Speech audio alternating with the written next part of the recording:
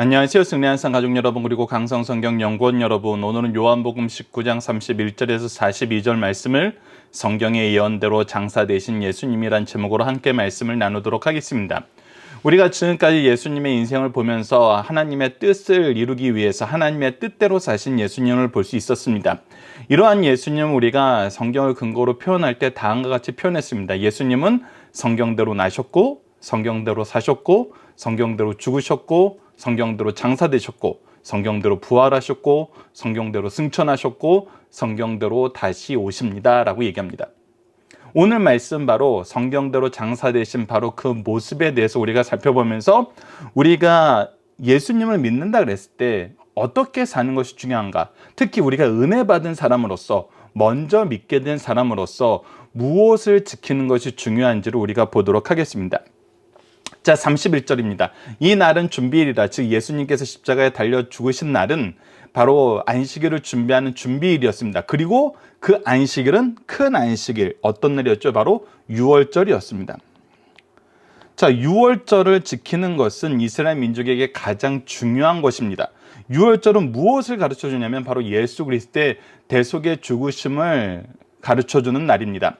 특히 이 유월절 이 규례 내용 중에 무엇이냐면, 양을 잡되 그 양의 뼈를 꺾지 않고 정말 이것을 전부 먹고 그 피는 문설주에 발라서 하나님의 심판을 패스하게 되는, 유월하게 되는, 그 넘어가게 되는 그 역사를 기억하면서 하나님이 보내시는 메시아를 받아들이도록 가르쳐준 날이 바로 유월절이었습니다. 근데 이 유월절을 앞두고 있는 그 날에 무엇을 하였죠? 바로 하나님의 대속의 제물로 오신 예수님을 이들이 죽이는 일에 열심을 하고 있었어요.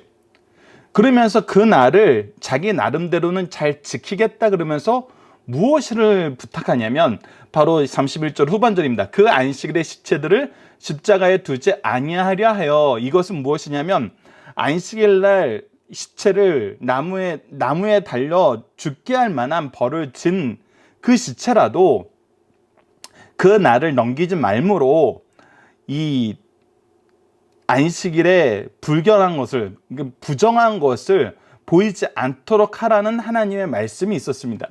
우리가 이 부분은 이제 본문 묵상하기 위해서 더 자세히 보게 될 것인데, 이 안식일의 규례를 더 잘 지키겠다라는 그들의 어떤 외식적인 행동, 아니 이것을 우리가 이제 이 사람들 같은 경우는 외식이라고 생각하지 않죠. 우리가 지금 안식일을 지켜야 되는데 안식일은 잘 지켜야 돼. 그러기 위해서 어떻게 해야 돼? 이 시체들을 십자가 위에 그냥 둔 상태로 이 유월절을 우리가 보낼 수 없어. 더군다나 지금 이 예루살렘 성하고도 가까운 이곳에서 지금 사람들이 많이 오는데 이것을 그냥 우리가 전시해 놓을 수 없어. 그래서 어떻게 하라면 그들의 다리를 꺾어 시체를 치워달라니. 이 얘기는 뭐냐면 아직 시체가 안 됐다는 거예요. 여러분들, 십자가형이 왜 인류 역사상 가장 잔혹한 형벌 중에 하나냐면, 십자가형은 그냥 순식간에 죽는 형벌이 아니에요.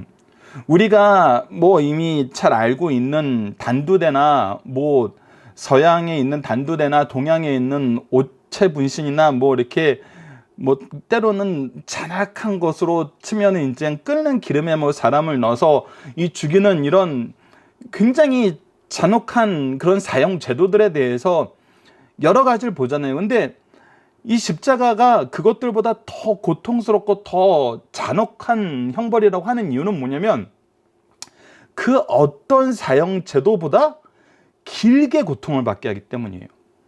여러분들, 사람이 죽는다는 것 그 자체도 굉장히 큰 두려움과 공포심을 유발합니다.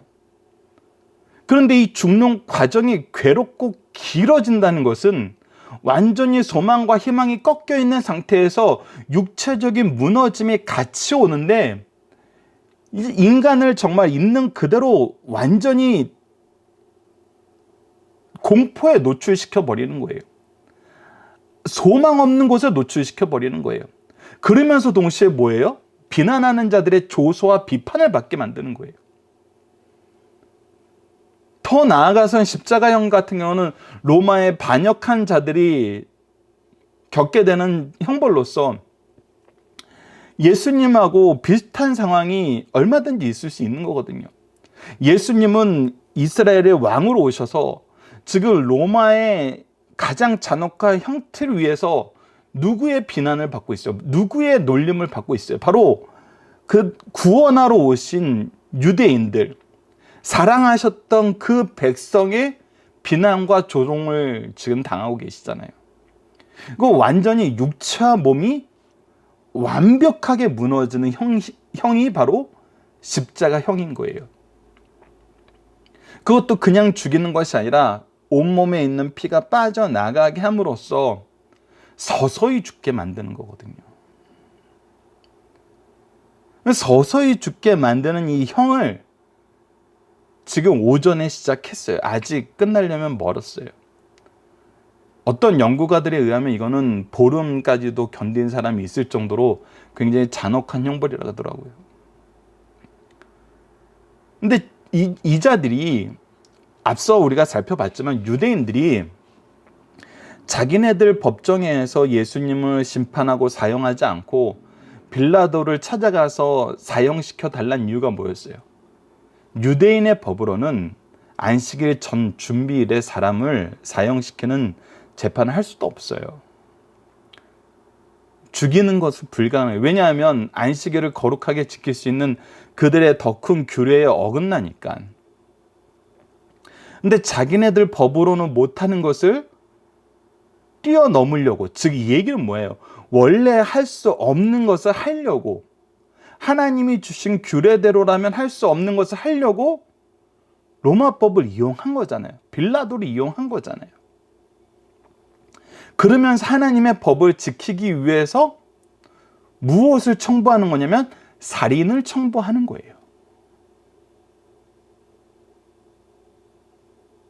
이것은 스스로가 하나님의 법을 완전히 뒤죽박죽으로 이상한 법을 만들어서 지키는 거예요. 여러분들, 하나님의 법은 서로가 충돌되지 않아요. 하나님의 뜻 안에서는 하나님의 역사하심 안에 있기 때문에 그 은혜로 우리가 살기 때문에 충돌하지 않아요. 우리가 하나님의 법을 지켜야 된다고 생각하고 또 지키는 사람이 이렇듯 지금 유대인들이 보여주는 것처럼 뒤죽박죽으로 자기 이익을 위해서 자기 마음대로 유권을 해석해서 지키니까 이렇게 충돌하는 거예요. 안식일을 지키기 위해서 살인하지 말라는 그 법에 대해서, 하나님의 법에 대해서 과감하게 어길 수 있는, 하나님의 법을 지킨다면서 하나님의 법에 과감하게 도전하는 이런 말도 안 되는 엉터리 같은 일이 지금 일어나고 있는 거예요. 근데 빌라도가 어떻게 합니까? 허락합니다. 32절을 보시죠. 이 허락했다는 것 자체에서 우리는 또 예수님이 로마법 안에서 깨끗하다는 걸 볼 수 있어요. 빌라도는 유대인들이 시기하여 예수님을 죽이는 걸 알아요. 로마법에 의해서 십자가형에 처형된 거라면은 유대인들에게 본보기를 보여줘야 되기 때문에 유대인들의 부탁을 들어줄 필요가 없어요.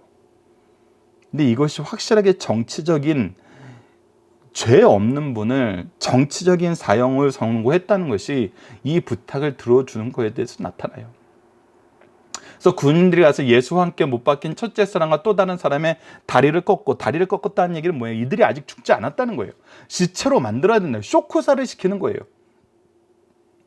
그러니까 십자가에 달려서 피를 흘리고 있는 사람들에게 더 큰 고통을 가함으로 쇼크사를 시키는 거예요. 이 잔인한 일을 지금 이 유대 지도자들이 하고 있는 것입니다. 그런데 예수님 앞에 왔어요. 33절 보시죠. 예수께 이르러 이미 죽으신 것을 보고 다리를 꺾지 아니하고. 그런데 예수님은 이미 돌아가셨어요. 예수님이 돌아가실 수밖에 없는 것은 영적인 의미에서 육적인 의미에서 여러 가지 이유가 있습니다. 영적인 의미에서는 온 인류의 죄를 지고 돌아가셔야 되는 예수님의 이 고통의 크기가 분명히 있어요. 두 번째는 무엇입니까? 육적으로는 빌라도가 예수님을 놓아주고 싶었어요. 무죄를 선언하면 되는데 무죄를 선언하지 않고 놓아주고 싶다라는, 그리고 이 유대인들의 이 요구를 내가 좀 수용함으로써 이들의 분을 좀 삭혀주겠다는, 그들의 면을 살려주겠다는 것 때문에 어떻게 했어요? 더 채찍질하고 더 모욕당하고 공격당하게 하셨어요. 했어요. 그렇기 때문에 예수님은 육체적으로 이미 만신창이가 된 상태에서 지금 십자가를 지신 거거든요. 그래서 이미 다 이루었다 하시고 돌아가셨던 그 모습 안에서 이 하나님의 역사를 이루시는 예수 그리스도의 모습을 볼 수 있습니다. 그리고 나서 우리에게 또 중요한 내용을 소개해 줍니다. 우선 34절에 그 중에 한 군인이 창으로 옆구리를 찌르니 곧 피와 물이 나오더라. 이 옆구리를 찔렀을 때 피와 물이 나왔다는 것은 바로 심장을 찔렀을 때 이 심장에서 피와 물이 분리되어서 나오는 이 얘기를 하고 있는 거예요. 그리고 나서 35절 36절을 보시죠. 이를 본 자가 증언하였으니, 이를 본 자는 누구예요? 바로 이 모든 것을 본 사도 요한으로 보고 있어요. 그 증언이 참이라. 왜냐하면 이것을 직접 눈으로 본 사람들이 있다는 거예요. 그가 자기의 말한 것이 참인 줄 알고 너희로 믿게 하려 함이라. 그래서 예수 그리스도의 죽으심에 대해서 믿게 하고, 동시에 또 무엇을 보여주냐면 예수님의 죽으심이 성경에 예언된 바로 그 내용이었음을 믿게 하려는 것인데, 보십시오. 36절부터 보면 이 일이 일어난 것은 그 뼈가 하나도 꺾이지 아니하란 성경을 응하게 하려 함이라. 자, 그 뼈가 하나도 꺾이지 않겠다는 것은 유월절 규례부터 시작한 거예요. 유월절 규례의 어린 양은 바로 예수 그리스도를 예표하고 있어요. 근데 이 예수 그리스도를 예표하는 이 어린 양의 뼈를 꺾지 않고 먹으라고 하나님께서 말씀하셨어요. 그리고 다윗의 시를 통해서 그 뼈가 하나도 꺾이지 아니할 것을 미리 예언하셨어요. 그러니까 사도 요한이 이것이 하나님의 말씀대로 예수 그리스도의 죽음이 이루어짐을 보게 만드는 걸 증언함으로써 예수 그리스도께서 죽으심이 완전한 하나님의 뜻 안에서 이루어졌던 걸 다시 한번 믿게 하는 거예요. 그리고 성경에는 무엇이 이미 기록되어 있냐면 이것을 보고 증언하는 사람이 많은 걸 너희들이 알잖아. 근데 성경에는 무엇도 기록되어 있냐면 또 다른 성경에 그들이 그 찌른 자를 보리라 하였느니라 라고 얘기한 이 말씀도 기록되어 있다는 거. 이것이 바로 스가랴서 말씀인데 우리가 좀 이따 확인을 할 겁니다. 그러니까 이 모든 것이 하나님의 준비하심 속에서 하나님의 뜻대로 우리의 증언을 통해서 너희들에게 이 사실을 알리시는 하나님의 역사가 지금 이 순간에도 주권적으로 이루어지고 있다는 거예요. 그래서 이거는 우리가 사도행전에서 확인하게 되는데, 예수님이 찌른 자를 보리, 이 예수님을 찔러서 물과 피가 나와서 예수님이 완전히 죽었다라는 것도 보고 그 뼈가 하나도 꺾이지 않고 옆에 있는 강도는 꺾여서 죽는데 꺾이지 않고 죽었다는 걸 본 사람들이 많아요. 이런 사람들이 지금 예수 그리스도의 부활을 증언하자 이 본 사람들이 지금 믿고 회개하는 것이 바로 사도행전에서 우리가 보게 되는 역사입니다. 그러니까 예수님의 죽으시는 모습도 모든 것이 성경을 응하게 하신 그 역사라는 거예요. 그리고 그 이후의 역사도 하나님이 준비한 일꾼들을 통해서 성경대로 이루어집니다. 그것이 바로 성경대로 장사되십니다. 자, 봅시다. 38절. 아리마대 사람 요셉은, 자, 이 아리마대 사람 요셉은 사내들인 공회의 회원입니다.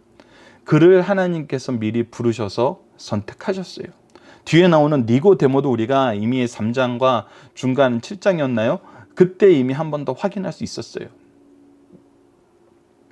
근데 이 아리마대 사람 요셉에 대해서 소개합니다. 예수의 제자이나 유대인이 두려워 그걸 숨기더니. 이 얘기를 보면은 그가 사내들인 공회의 회원으로서 예수를 믿고 그의 제자가 되고 그의 가르침을 통해서 하나님 나라를 보고 하나님의 구원의 역사를 믿고 있었어요. 예수의 제자라는 것은 무슨 뜻이냐면 우리가 이미 앞서 요한복음을 통해서 확인했던 것처럼 예수님이 제자들에게 계속해서 이해시키고자 싶었던 건 뭐예요? 바로 예수님께서 하나님께서 보내신 아들이고 그리스도이심을 믿게 하는 거였어요. 아리마대 사람인 요셉이 예수의 제자라는 것은 니고데모가 3장에서 고백하였던 것처럼 하나님께로부터 온 그리스도임을 믿었다는 거예요. 그런데 어땠어요? 유대인이 두려워 그것을 숨기고 있었어요. 유대인이 두려운 이유는 무엇이었습니까? 우리가 9장에서부터 확인했던 것처럼 예수 그리스도를 믿는 자들은 출교하기로 작정을 했어요. 그래서 사내들인 공의의 회원권뿐만 아니라 이 시민권, 엄밀히 말하면 이스라엘 민족의 시민권까지 박탈당하는 거예요. 출교가 된다는 것이 신성국가이기 때문에. 사실 지금 이 정도 되면 이젠 신성국가라고 얘기하기도 못해. 이거는 종교국가죠. 이 유대교라는 것이 그들이 만든 종교라는 표현에서 성경 말씀 그대로를 믿는 그런 종교가 아니라, 그래서 이 모든 것을 잃어서 그리고 죽이려고 하기 때문에 숨기고 있었어요. 그런데 자 보십시오. 즉 예수님이 살아 계실 때에는 예수님의 능력과 행하심이 크기 때문에 오히려 예수님의 제자라는 걸 드러내는 걸 기뻐했어요. 대표적으로 누가 그랬나요? 바로 예수님의 본 제자인 12제자가 그랬어요. 사람들 앞에서 담대하게 예수님의 제자임을 드러내고 싶어 하였고 중요한 위치에 올라가기를 원했어요. 근데 예수님이 잡히시자 어떻게 돼요? 죽으시자 어떻게 돼요? 다 도망갔어요. 근데 아리마대 사람 요셉은 지금 반대예요. 이전에는 숨겼지만 오히려 예수 그리스도께서 죽으시자 어떻게 돼요? 담대히, 우리가 다른 공간복음에서는 담대히 나갔다는 표현이 있죠. 이후에 빌라도에게 예수의 시체를 가져가기를 구하매, 이거는 공개적으로 했다는 거예요. 즉 예수님의 제자됨을 공개하고 예수님을 위해서 일한다는 거예요. 어떻게 이럴 수 있을까요? 어떻게 이럴 수 있을까요? 여러분은 우리가 이것을 처음 해볼 때는 아리마대 사람 요셉의 포커스를 두기보다는 바로 36절에 모든 것이 성경을 응하게 하시려는 하나님의 역사와 그것을 준비하신과 그것을 이루시고 그 안에서 열매 맺으시는 삼위일체 하나님의 주권적인 섭리와 역사를 우리가 먼저 봐야 돼요. 우리가 앞으로 사도행전을 다시 한번 나눌 때도 경험하게 되는 거지만 하나님의 일꾼된 사람들, 하나님의 백성된 사람들은 내가 변화해서 그렇게 된 것이 아니에요. 나를 변화시키게 하시는 하나님의 준비하심의 역사가 얼마나 깊고 놀라운지를 우리가 먼저 경험하게 돼요. 그래서 우리의 모든 것이 은혜의 역사임을 고백하게 돼요. 아리마대 사람 요셉을 우리가 볼 때에는 먼저 무엇을 봐야 되냐면 성경을 응하게 하시기 위해서 아리마대 사람 요셉을 선택하시고 준비시키신 하나님의 역사를 우리가 먼저 볼 수 있어야 돼요. 그리고 아리마대 사람 요셉은 지금 하나님의 준비하심에 응답할 수 있는 영적인 능력을 소유하게 되었다는 거예요. 그래서 제자들과 반대로 행동할 수 있는 거예요. 나를 미리 부르시고 나를 이 유대 지도자층에 속하게 하시고 사내들인 공의의 회원으로 살게 하시고 더 나아가서는 예수님이 못 박힐 무덤을 미리 준비하게 하신 그 하나님의 부르심의 역사가 무엇인지를 깨닫고 그 부르심에 순종할 수 있는 사람으로 우리가 봐야 된다는 것입니다. 즉 그가 미리 준비한 게 하나도 없어요. 그가 예수님이 죽으심도 예상하지 못했어요. 여러분들 다시 한번 우리가 뒷부분을 돌아봅시다. 종려주일 예수님이 호산나 찬양을 받으면서 입성할 때 예수님을 암살하려던 사람들이 뭐라고 얘기했어요? 우리의 계획이 다 헛된 것이 되었다라 그랬어요. 이미 사람들이 너무나 많이 예수님을 따른다는 거예요. 많은 사람들이 예수님 따르기 전에 예수님 암살하자 그랬는데, 죽이자 그랬는데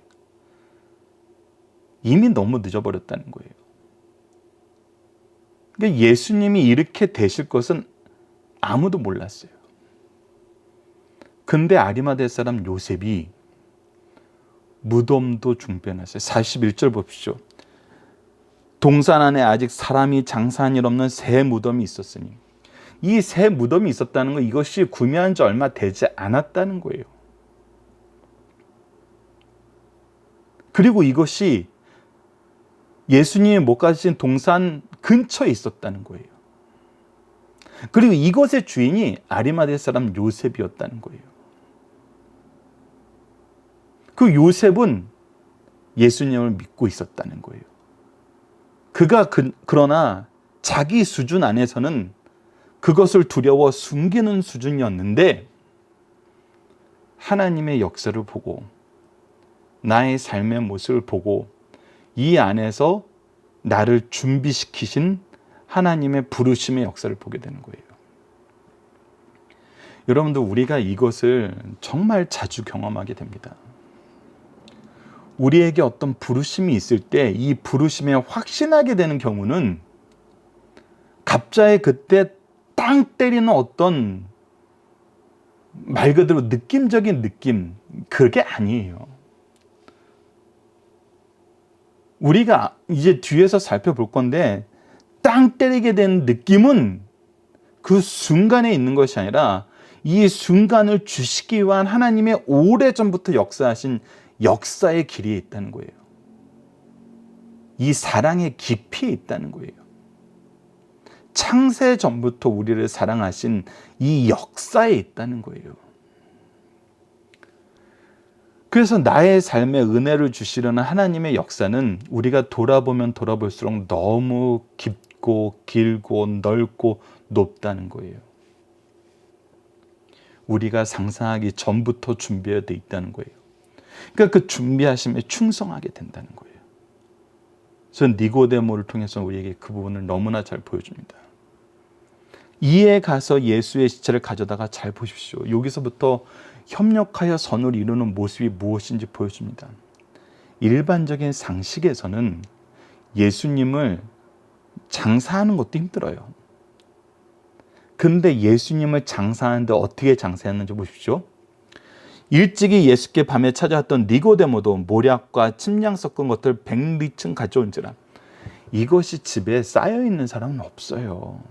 이것을 미리 준비할 수 있는 사람은 없어요. 특히 예수님이 곧 돌아가실 거니까 이 장례를 준비하는데 준비 길이 걸려요. 몇 시간 만에 이것이 되지 않아요. 근데 니고데모는 가능했어요. 이것은 뭐예요? 이 또한 하나님께서 미리 준비해 두고 계시다는 거예요. 그리고 이에 예수의 시체를 가져다가, 여기가 이제 중요합니다. 유대인의 장례법대로. 장례 절차를, 유대인의 장례법이라는 것은 뭐냐면, 우리가 그냥 풍습 안에서 어떤 역사적인 문화적인 상황 안에서 생긴 장례법을 얘기하는 것이 아니에요. 이것은 하나님이 정해주신 그 방법을 얘기하는 거예요. 그러니까 이것이 무엇을 얘기하냐면, 예수님의 모든 사역이 하나님의 뜻을 이루는 삶이었고, 예수님이 돌아가신 이후에 이제 아무도 하나님의 뜻이 무엇인지를 완벽하게 알 수 없는 그 상황에서도 하나님은 하나님이 준비하신 일꾼들을 통해서 예수님의 장사 되시는 그 장사의 모습 또한 무엇에 일치하게? 하나님이 정해주신 율법에 일치하게, 하나님이 정해주신 방법에 일치하게 할 수 있도록 준비해 놓으셨다는 거예요. 우리가 계속해서 보게 되는 것은 무엇이냐면, 하나님의 뜻의 성취를 보라는 거예요. 세상 사람들이 준비하면 이렇게 못해요. 세상 사람들이 계획했으면 이렇게 계획하지 못해요. 우리 또한 마찬가지. 우리가 무엇인가를 다 계획하고 다 머리에 놓고 다 치밀하게 해서 되는 일은 여러분 거의 불가능해요. 근데 우리가 신앙생활 안에서 무엇을 경험하게 되냐면, 하나님이 준비하셨다는 거예요. 우리가 생각하지 못하는 그 영역에서까지 하나님의 준비하심은 하나님의 일꾼들을 통해서 이루어지고 있다는 거예요. 그래서 아리마대 사람 요셉도 니고데모도 이때 무엇하게 된 거예요? 순종하게 된 거예요. 순종이 충성으로 나타나는 거예요. 계속해서 봅시다. 41절, 예수께서 십자가에 못 박히신 곳에 동산이 있고 동산 안에 아직 사람을 장사한 일이 없는 새 무덤이 있는지라. 이 날은 유대인의 준비일이요 또 무덤이 가까운 거로 예수를 거기에 두니라. 유대 장례법대로 모든 것을 다 이루고 이 안식일도 잘 지킬 수 있도록 장례가 다 무사히 끝나는 거예요. 여러분들 이 차이를 느끼십니까? 예수 안식일이 큰 날이라고 안식일을 지키기 위해서 이 안식일법이 누가 정한 겁니까? 하나님이 정하신 것인데 하나님이 정하신 날을 지키려고 하나님이 정하신 법을 어기는 사람들이 있고 38절로 42절 말씀을 보면은 하나님이 정하신 모든 의를 지키고 하나님의 계획을 이루려면서도 하나님의 법을 준수하면서 지킬 수 있는 사람들이 있어요. 여러분 이 두 가지의 차이가 무엇입니까? 오늘은 이 두 가지의 차이를 아는 것이 중요해요. 내가 잘한다 하면서도 내 삶이 하나님의 뜻과 일치된 삶을 살고 하나님의 부르심에 순종하는 삶을 사는 것이 아니라 내 이익과 내 생각과 내 방법대로 하다 보면은 나름대로 자기는 열심히 하기 때문에 나 하나님의 일 열심히 해, 나 하나님 사랑해, 나 하나님 뜻대로 살고 있어 라고 얘기하지만 그 본질이 불순종이기 때문에 그의 삶이 항상 하나님의 법과 충돌하는 것이 나타나요. 그래서 우리는 우리 스스로를 변환하기 위해서 거짓말을 하든지 오히려 상대방을 깔보든지 그러죠. 너는 뭐가 잘났는데 하면서. 잘난 거 없죠. 하나님 앞에서 우리는 다 죄인이니까.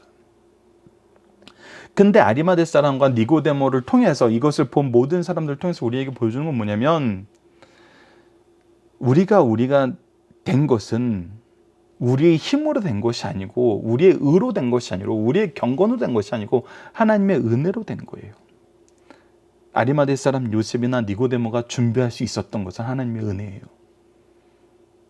하나님의 은혜를 하나님의 부르심 안에서 올바르게 사용했을 때 우리는 하나님의 법을 지킬 수 있다는 것입니다.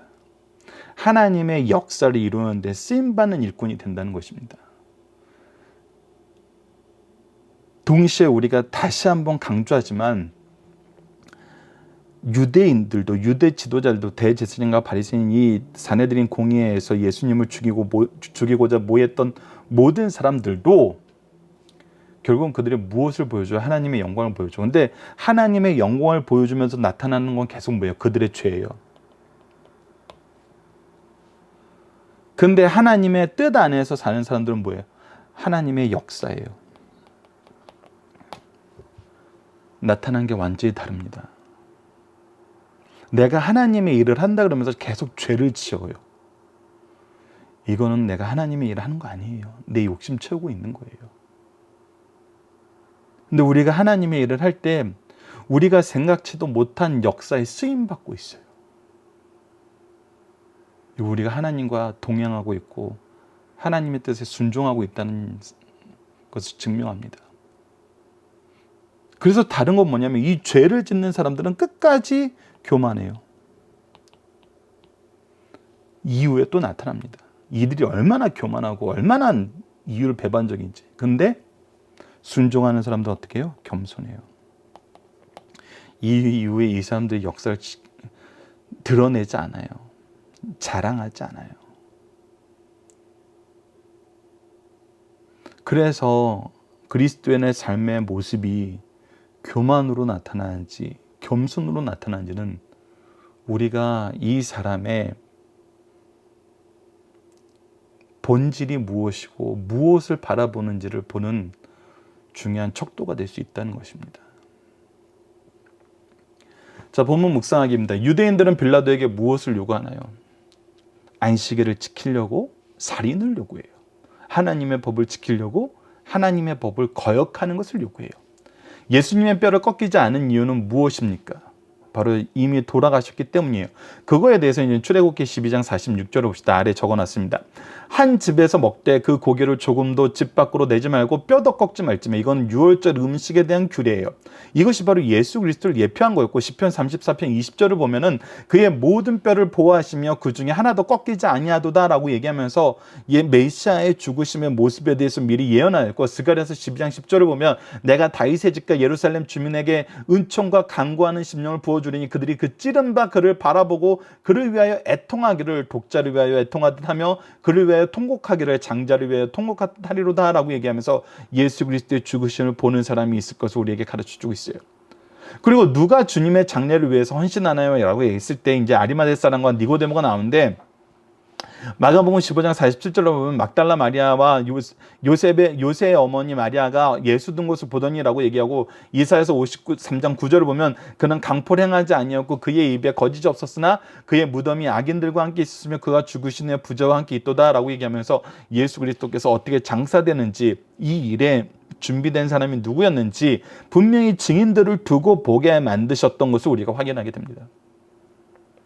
그래서 하나님의 역사는 하나님의 뜻대로 이루어지고, 그 뜻에 쓰임받는 사람들은 순종을 통해서 역사의 주인공이 되면서 항상 하나님께 감사와 겸손함으로 나아가게 됩니다.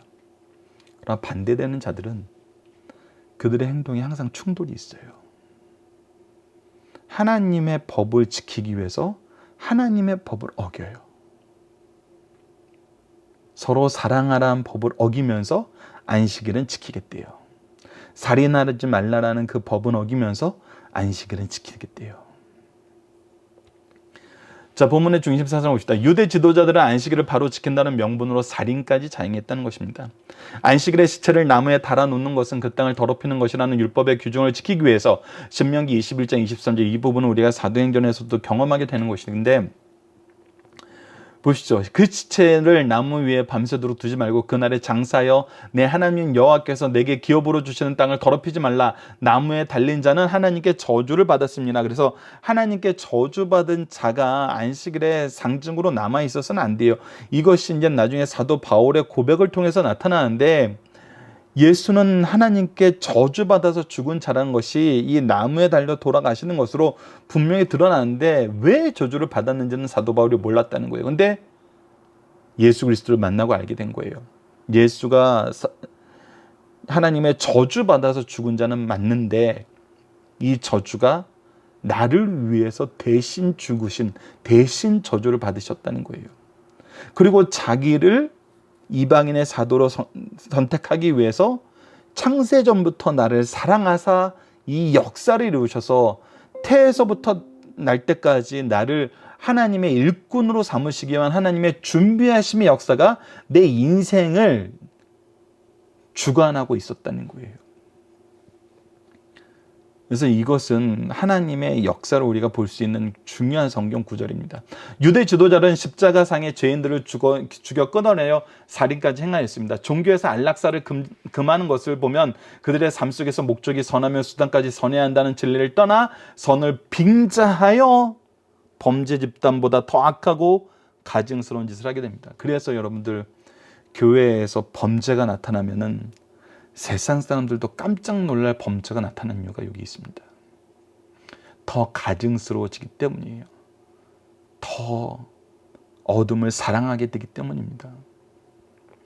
이는 진리가 인간의 욕망에 악용될 때 유대 지도자들과 같은 가증스러운 행위가 재현될 수 있다는 사실을 우리에게 가르쳐줍니다. 그래서 너무나 주의해야 됩니다. 예수님의 장례를 귀하게 섬긴 아리마대 사람과 니고데모와 여인들입니다. 교회 구속사에는 별로 알려주지 않은 성도들이 결정적일 때 중요한 일을 하게 됩니다. 이 경찰정에 대해 중요한 일을 하게 되는 것은, 다시 한번 강조합니다. 이것은 하나님의 준비하심의 은혜의 역사가 있었다는 걸 내가 발견하고 감사하며 순종할 때입니다. 내 모든 과거가 하나님의 주권적인 역사 안에 있었다는 거예요. 바로 이 일을 위해서 본문에 나오는 아리마대 사람 요셉은 언제 어떻게 믿었는지는 알 수 없지만 시간적 여유가 없는 예수님의 장례를 책임지고 무사히 치렀어요. 신앙세계에서 나중된 자들이 먼저 되는 일이 종종 있습니다. 그래서 예수님께서도 분명히 얘기했어요. 그러나 먼저 된 자로 나중이 되고 나중된 자로 먼저 될 자가 많으니라. 보라, 나중된 자로서 먼저 될 자가 있고 먼저 된 자로서 나중될, 이 두 가지 말씀이 나타나는 배경 부분 좀 달라요. 근데 동일한 게 무엇이냐면 은혜를 받은 자가, 마태복음에서는 부자가 예수님을 재산을 팔고 예수님을 따르라 그랬을 때 못 따르는 걸 보고 베드로 같은 경우는 우리는 다 버리고 왔는데요 이렇게 얘기할 때 은혜를 받은 것에 대해서 얘기를 하시는 거예요. 많은 것을 얻었다는 건 하나님의 많은 사랑, 많은 은혜를 받았다는 거예요. 먼저 되었다는 것은 하나님이 나를 더 먼저 사랑해 주셨다는 거예요. 그런데 그것을 무엇으로 쓰냐는 거예요. 오늘 두 그룹이 분명히 드러나죠. 앞부분은 뭐예요? 자기 욕망, 자기 의지, 내가 자랑하고 싶은 나의 의를 위해서 썼어요. 그런데 뒤에는 뭐였어요? 하나님의 뜻을 위해서 썼어요.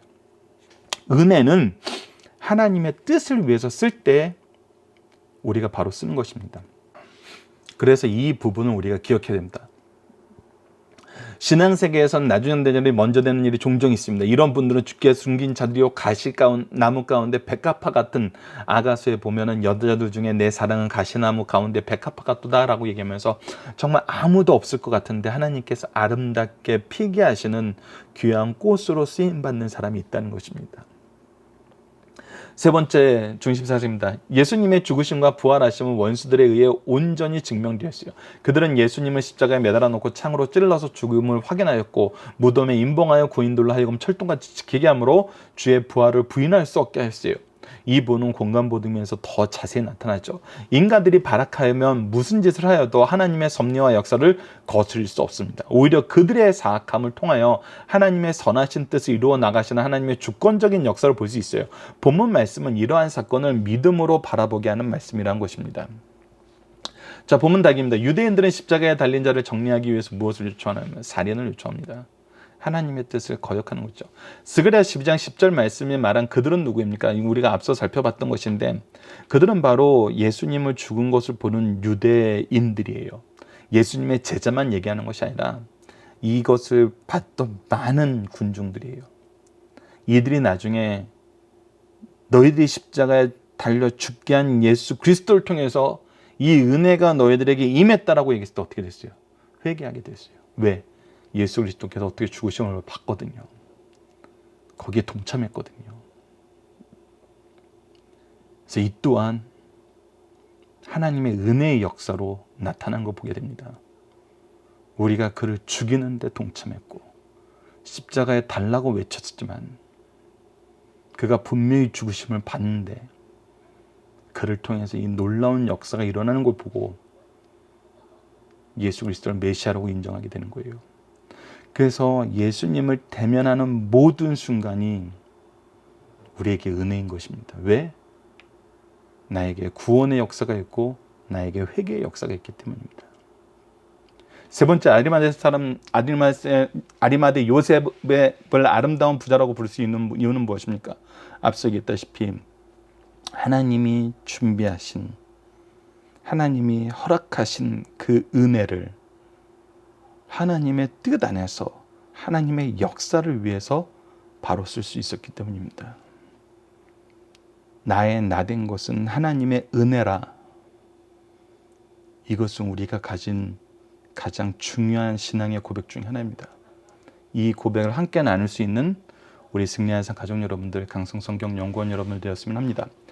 자, 유대인들이 무엇을 지키려 집착하였고 이것이 지금 우리가 비대면 때문에 예배를 과거처럼 드리지 못할 때 정말 가장 잘 생각해 봐야 되는 부분입니다. 가장 조심해야 될 부분입니다. 이들은 안식일을 지키려고 했어요. 근데 이것을 어떻게 이뤄냈어요? 하나님의 뜻을 거역하는 방식으로 지키려고 했어요. 그래서 이것이 하나님의 앞에서 옳은 것입니까? 옳을 리가 없죠. 근데 이들이 왜 이렇게 됐냐는 거예요. 왜 이렇게 됐습니까? 그들은 겉으로 우리가 정말 이건 함부로 말하기 어려운 건데, 이 얘기를 나오게 된 상황이 너무 안타까운 것임을 인식하면서 이해하면서 좀 들어주십시오. 우리가 주일날 교회에서 예배 드린다는 것은 너무나 큰 은혜예요. 하나님의 주권적인 역사가 없으면은 우리 이거 지켜나갈 수 없습니다. 하나님의 도우심이 없으면 우리 이거 지켜나갈 수 없어요. 최근 우리가 수개월 동안 코로나 사태를 겪으면서 이거 경험하잖아요. 우리 교회 만약에 확진자와 접촉했던 사람이 한 사람이라도 왔어 봐요. 우리는 하나님이 우리를 위해서 허락하신 그 장소에, 그 시간에 한 마음을 가지고 예배드리는 거 불가능해요. 근데